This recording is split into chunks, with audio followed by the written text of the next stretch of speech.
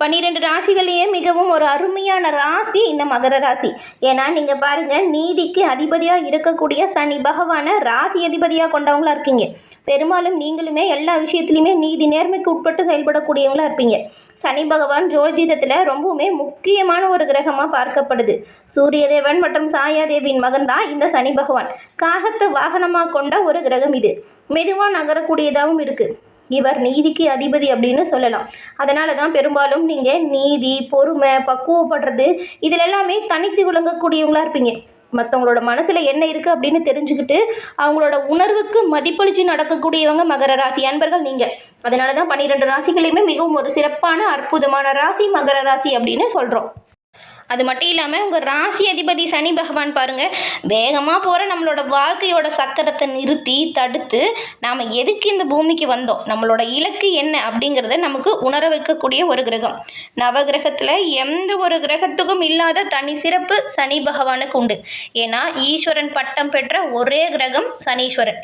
அப்படிப்பட்ட சனி பகவானை நீங்கள் ராசி அதிபதியாக கொண்டதுனால பெரும்பாலும் பாருங்கள், உங்களோட வாழ்க்கையில் எப்பேற்பட்ட பிரச்சனை வந்தாலுமே அதை நீங்கள் தைரியமாக எதிர்கொண்டு துணிச்சலாக அந்த பிரச்சனையை தீர்க்கக்கூடியவங்களா இருப்பீங்க. எந்த ஒரு பிரச்சனையும் நெருங்கக்கூடாது, எல்லாமே நல்லதாக நடக்கணும் அப்படின்னு நீங்கள் நினச்சிங்கன்னா கட்டாயமாக நீங்கள் வழிபட வேண்டிய தெய்வம் சனி பகவானே தான். சனிக்கிழமையில் நவகிரகத்தில் இருக்கும் சனி பகவானுக்கு நீங்கள் நல்லெண்ணெய் தீபம் ஏற்றி வழிபாடு செஞ்சு உங்களோட பிரார்த்தனையை மனம் மாற சொல்லுங்கள். அந்த பிரார்த்தனை பாருங்கள் விரைவில் நடக்கும், நன்மை வெகு விரைவில் உங்களை வந்தடையும். சனிக்கிழமையில் அதே போல் நீங்கள் சாப்பிட்றதுக்கு முன்னாடி காகத்துக்கு சாதம் வைங்க. இதை தொடர்ந்து பழக்கப்படுத்திட்டு வாங்க. ஒவ்வொரு விஷயத்துலையுமே நல்ல ஒரு உயர்வையும் நல்ல ஒரு முன்னேற்றத்தையும் நீங்கள் கட்டாயம் பெறுவீங்க. உங்களுக்கு சனி பகவான் பிடிக்கும் அப்படின்னாலும், உங்களுக்கு ஏதாவது ஒரு பிரார்த்தனை இருக்குது அப்படின்னாலும் அந்த பிரார்த்தனையை நினச்சிக்கிட்டு ஓம் கம் சனி பகவானே போற்றி அப்படிங்கிற மந்திரத்தை மறக்காமல் 3 முறை பதிவிடவும் செய்யுங்க. நீங்கள் அப்படி செய்யும்போது ஆள் மனதில் அந்த பிரார்த்தனையை நினச்சிக்கிட்டு உங்களுக்கு இருக்கக்கூடிய பிரச்சனை தீரணும் அப்படின்னு நினச்சிக்கிட்டு கூட நீங்கள் அந்த விஷயத்தை செய்யுங்க. நன்மைகளும் நல்ல உயர்வையும் பெறுவீங்க. உங்களோட வாழ்க்கையில் இருக்கக்கூடிய பிரச்சனைகள் தீர்ந்து நல்ல ஒரு உயர்வையும் நல்ல ஒரு முன்னேற்றத்தையும் பெற உங்களுக்காக நாங்கள் பகவானிடம் பிரார்த்தனையும் செஞ்சுக்கிறோம். எல்லா வகையிலுமே உங்களுக்கு நன்மை வந்து சேர உங்களுக்குமே நாங்கள் வாழ்த்துக்களை தெரிவிச்சுக்கிறோம். அதுபோல் இன்னொரு விஷயம் இருக்குங்க. ஏன்னா இப்போ புது வருடம் பிறக்க போகுது.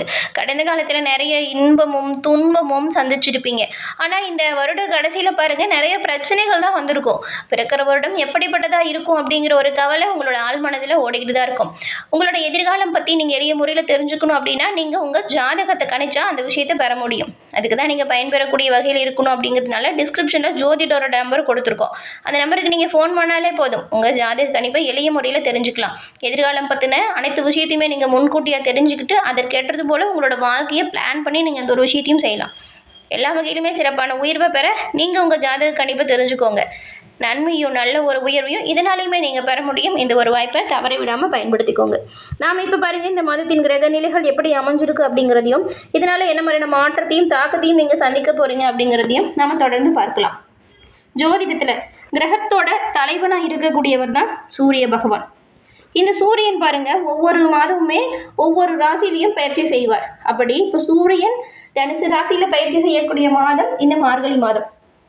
இந்த மாதம் என்ன மாதிரியான கிரக அமைப்புகள் உருவாகியிருக்கு, இந்த கிரக அமைப்புகளால் நீங்கள் என்ன மாதிரியான தாக்கத்தை எதிர்கொள்ள போகிறீங்க அப்படிங்கிறத நாம் இப்போ பார்க்க போகிறோம்.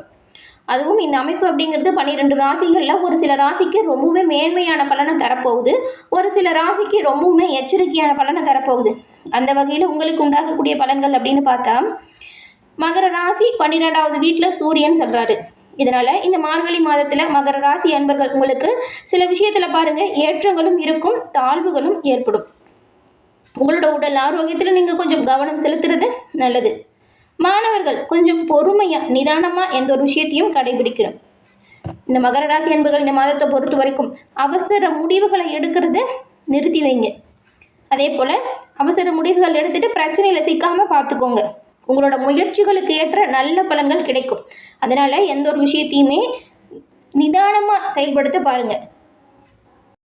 மேலுமே முழுமையாக இந்த மாதத்தோட கிரக நிலைகளை ஆராய்ச்சி பார்க்கும் பொழுது பாருங்கள், உங்கள் ராசிநாதன் வந்து சனி பகவான். இவர் உங்களுக்கு தனஸ்தானத்தில் இப்போ வலிமை பெற்று சஞ்சாரம் செய்கிறாரு. இதனால் பாருங்கள் பணவரவுமே சீராக இருக்கும். தாராளமாக பணவரவு வந்துக்கிட்டு தான் இருக்கும். செலவுகளை சமாளிக்கக்கூடிய அளவுக்கு தனவரவு இருக்கும். அதே போல் உங்கள் தொழில் வியாபாரம் இதெல்லாம் நிறைய பின்னடைவாக கடந்த காலத்தில் சந்திச்சிருப்பீங்க நீங்கள். இப்போ உங்கள் ராசிநாதன் தனஸ்தானத்தில் வலிமை பெற்று சஞ்சாரம் செய்கிறதுனால தனவரவு தாராளமாக இருக்கும். தொழிலில் நல்ல ஒரு வெற்றி வாய்ப்பை நீங்கள் பெறுவீங்க. எல்லா விஷயத்துலையுமே கவனமாக முன்னெச்சரிக்கையாக செயல்படணும். 3ஆம் நபரின் ஆலோசனை கண்மூடித்தனமாக நம்பாதீங்க. ஏன்னா அவங்க ஆசை வார்த்தைகளை சொல்லி இழப்புகளை சந்திக்க வைப்பாங்க. தொழில் வியாபாரத்தில் கண்ணும் கருத்துமாக செயல்படுங்க. பெரிய அளவில் முதலீடு செய்கிறதா இருந்தால் யோசித்து செய்யுங்க. அதே போல் துணையாக இருக்கிறவங்க உங்களுக்கு இப்போ தோள் கொடுத்து உதவுவாங்க. உங்கள் குடும்ப உறுப்பினர்களோட ஆதரவு பக்கபலமாக இருக்கும். எந்த ஒரு விஷயமா இருந்தாலும் அவங்ககிட்ட கலந்து பேசி ஆலோசனை செஞ்சுட்டு முடிவு பண்ணுங்கள். அதே போல் உச்சம் பெற்ற குரு பாருங்கள், அவரோட பார்வையை இந்த மாத தொடக்கத்தில் உங்களுக்கு சிறப்பான யோகத்தில் தராரு. இந்த காலகட்டத்தில் கல்யாண கனவு நனவாகும் மகர ராசி நேயர்களே.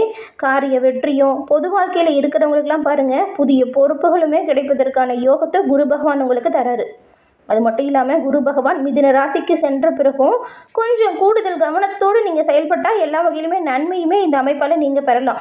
அதாவது குரு மாற்றம் நகலும் பொழுது இந்த ஒரு வாய்ப்பு இருக்குது. கவனமாக தான் நீங்கள் இருக்கணும். இதனால் பாருங்கள் சில உத்தியோக மாற்றம் ஊர் மாற்றம் ஏற்படுவதற்கு நிறையவே வாய்ப்பு இருக்குது. அதனால் கவனமாக இருங்க. 6ஆம் தேதி மிதுன ராசிக்கு குரு வராரு. உங்கள் ராசிக்கு 6ஆம் இடத்துக்கு வரக்கூடிய குருவால் சில மாற்றங்கள் உருவாகும். அந்த மாற்றம் அப்படிங்கிறது நல்ல மாற்றங்களாக உருவாகும். ஏன்னா உங்கள் ராசியை பொறுத்த வரைக்கும் 3, 12 இந்த 2 இடத்துக்கும் அதிபதி தான் இந்த குரு பகவான்.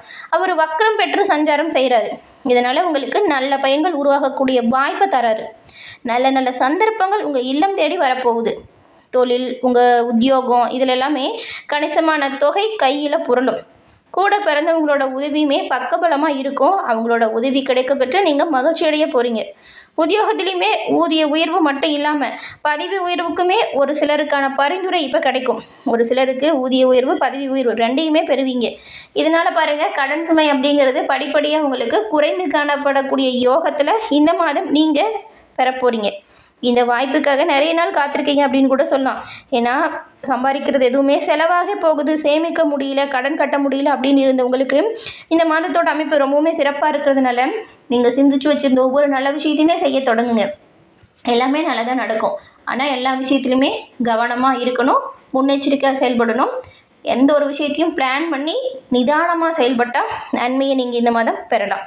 அதே போல் குருவின் பார்வை தொழில் ஸ்தானத்தில் பதியும் பொழுது தொழில் வளர்ச்சி ரொம்பவுமே சிறப்பானதாக மாறும். துணிவும் சரி தன்னம்பிக்கையும் சரி அதிகரித்து காணப்படும் இந்த மாதம்.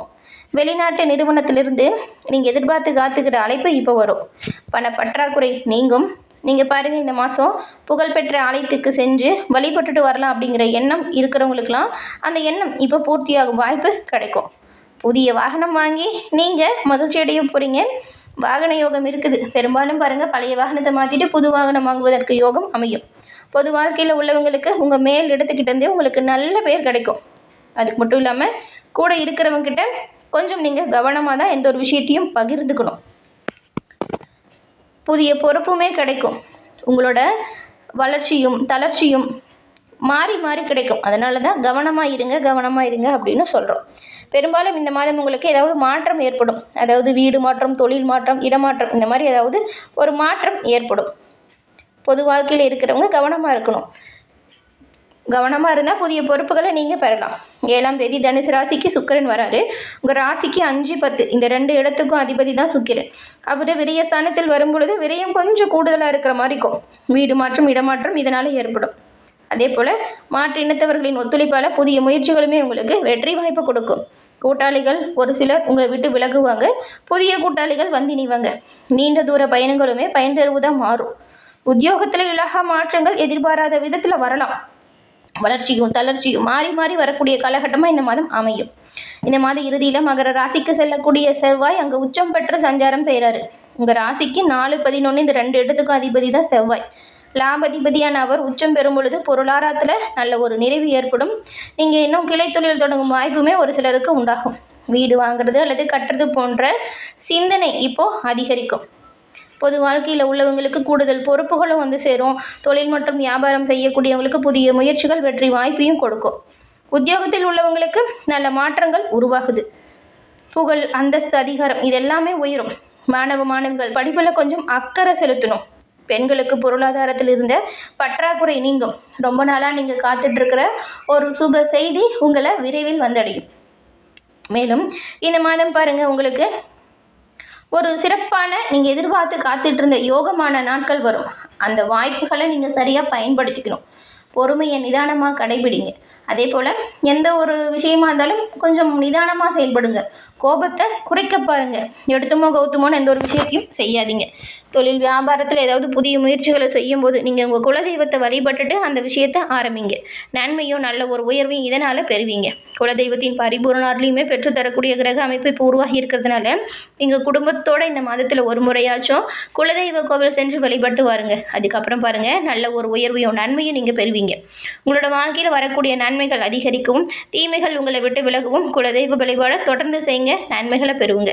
தினந்தோறும் உங்கள் வீட்டு பூஜை அறையில் தீபம் ஏற்றி குலதெய்வத்தை மனமாற வழிபட்டுட்டு அன்றைய தினத்தை தொடங்குவது மூலம் நன்மைகளையும் நல்ல ஒரு உயர்வையும் நீங்கள் பெறுவீங்க. எல்லா வகையிலுமே நன்மைகள் கிடைக்கப்பெற்று நலமுடன் வாழ வாழ்த்துக்களை நாங்கள் உங்களுக்கு சொல்லிக்கிறோம்.